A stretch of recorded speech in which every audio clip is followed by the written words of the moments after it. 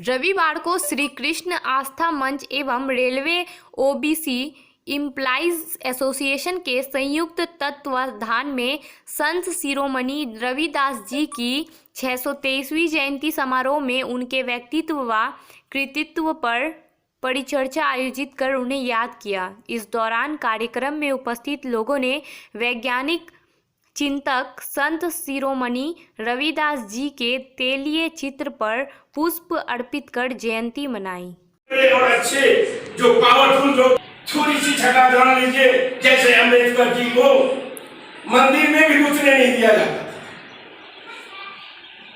उसको विषय सी में जाने से थोड़ी सी छटा दी कि मंदिर में घुसने हो या कहीं कोई भी पालन होता हो तो हमें बता। आपने जस्टिस गोगोई की बात तो सुनी ही होगी, उसको बताने की जरूरत नहीं।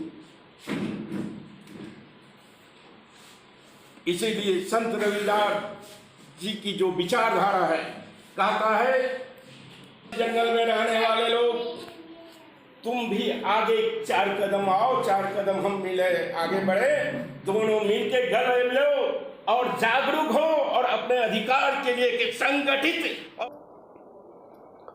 आज हम लोग कृष्ण आस्था मंच एवं ओबीसी समाज के रेलवे एम्प्लॉइज यूनियन के सदस्यों के साथ संत रविदास जी की जयंती के अवसर पर कुछ अपने विचार व्यक्त करने के लिए और उनके संबंध में जानने समझने के लिए यहाँ एकत्रित हुए हैं। संत रविदास जी ने उस समय क्रांति की मशाल जलाई थी जिस समय कि हमारे समाज में बहुत ज़्यादा जाति प्रथा, ऊंच नीच की भावनाएं थी और उस समय इन्होंने मानवीय एकता, मानवीय संदर्भ में जो व्यक्त किया था विचार, वो आज भी बहुत ज़रूरी है और आज के समय तो कहीं ज़्यादा ही ज़रूरत है उसकी, क्योंकि इस समय हमारे समाज में जो फिर से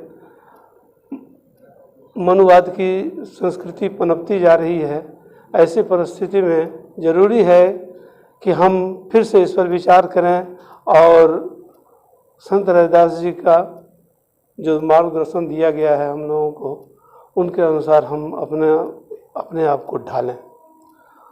इन्हीं विचारों के साथ मैं अपनी बात। आज के बैठक में इनकी एक आदमकद प्रतिमा जी बनाने का निर्णय लिया गया है। अच्छा, जी हाँ, ऐसा निर्णय लिया गया है कि इनकी आदमकद प्रतिमा का निर्माण किया जाए ताकि हमारे समाज के लोगों को जो समझ में आए कि ये भी एक कोई महान पुरुष थे, क्योंकि इन लोगों के जैसे लोगों का जो कि सचमुच में महान मानवतावादी दृष्टिकोण रखते थे, इन्हीं का अभाव है, यहाँ पर कहीं पर कदर नहीं है ऐसे ही लोगों का। ये अपना परिचय हमारे दर्शकों। मेरा नाम रामाधारी यादव, मैं भूतपूर्व प्रधानाध्यापक रहा हूँ और अभी इसी संदर्भ में यहाँ पर उपस्थित हुआ हूँ।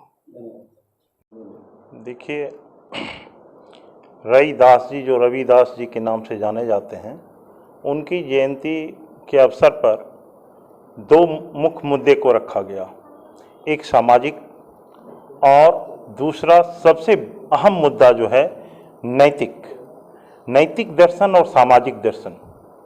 और ये दोनों दर्शन के बीच जो कड़ी का काम कर रहा है वो इनका साहित्यिक परिवेश है।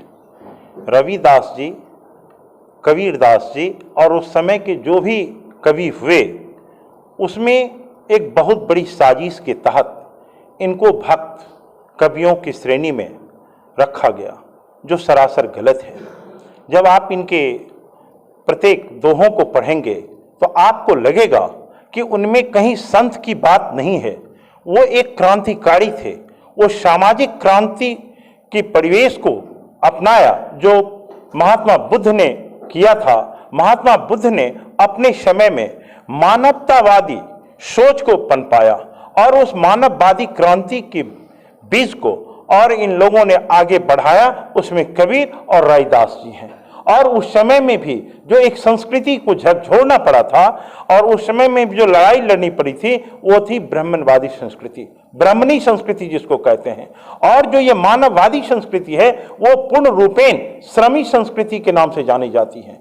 आज के समाज में और उस समाज में भी जो बातें हुई कि जो काम करने वाले हैं संस्कृति उनकी होनी चाहिए, ना कि उनकी होनी चाहिए जो काम ही नहीं करते हैं।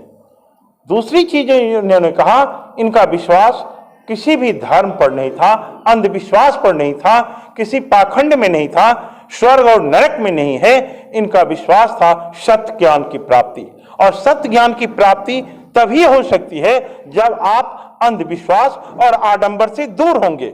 एक बहुत बड़ी साजिश के तहत इनकी जो भी साहित्यिक अवदानें हैं उनको संत और भक्ति मूवमेंट आंदोलन के रूप में रखा गया। अगर वो ना होता तो ये आज कहीं और हो जाते। आज ढेर सारे लोग इनकी जयंतियों पर बात तो करते हैं, लेकिन जो निचोड़ रूप में हमें लेने की जरूरत है वो है इन्होंने समाज में सामाजिक, राजनीतिक, धार्मिक और नैतिक दर्शन पर क्या क्या कहा। इन्होंने नैतिक दर्शन के तहत इन्होंने कहा सत्य ज्ञान की आवश्यकता है, और सत्य के ज्ञान के बिना हम किसी चीज को स्पष्ट रूपेण समझ नहीं सकते हैं। और जिसको समझ, आज के युवाओं को, आज के बुद्धिजीवियों को बौद्धिक बदमाशी से परहेज करनी चाहिए आएगा जब उन्हें सत्य ज्ञान की प्राप्ति होगी। गौतम बुद्ध को भी सत्य ज्ञान की प्राप्ति हुई थी, तब उन्होंने कहा था दुख का कारण क्या है। उसी विचारधारा को आगे बढ़ाते हुए इन्होंने कहा कि मृग तृष्णा में किसी भी देश और युवा को नहीं भटकना चाहिए। अगर आज के युवा इस दिशा में भटकते हैं तो मुझे लगता है आने वाले कई दशकों में स्थिति वही हो जाएगी जो कहा जाता है पुनः मुस्को भव। तो आप सोच लीजिए, जिस समाज को के ये प्रतिनिधित्व करते हैं उस समाज के लोग भी आज हाशिए पर हैं। क्यों है? उनके पीछे कारण है हम अंधविश्वास में चले गए हैं, हम आडंबर में चले गए हैं, झूठी आपदाओं में चले गए हैं। हम इनको पढ़ते नहीं हैं, इनके विचारों पर मंथन नहीं करते हैं। हम सिर्फ जो भी कर लें, हम जन्म शताब्दी मना लें, चाहे इनके और कार्यक्रम कर लें, लेकिन जरूरत इस बात की है कि इनके विचारधारा को, इनकी लिखी पुस्तिका को दूर दूर तक फैलाएं और उनके एक एक दोहे जो इन्होंने कहा। और इन्होंने सबसे मार्के की बात मुझे लगी कि आज के युवा वर्गों को जितने आलस्य हैं उनको त्यागना चाहिए। अगर उन्हें अपने मुकाम पर पहुंचना है तो उन्हें आलस्य त्यागना होगा, और उसके बिना आप सत्य ज्ञान की प्राप्ति नहीं कर सकते हैं। हमेशा आज के शैक्षणिक व्यवस्था में भी, शैक्षणिक क्रांति में भी नैतिक शिक्षा की अति आवश्यकता है, और आज के समाज में इनकी नैतिक शिक्षा के दर्शन को अपना करके हम आज के युवा की दिशा और दशा को बदल सकते हैं।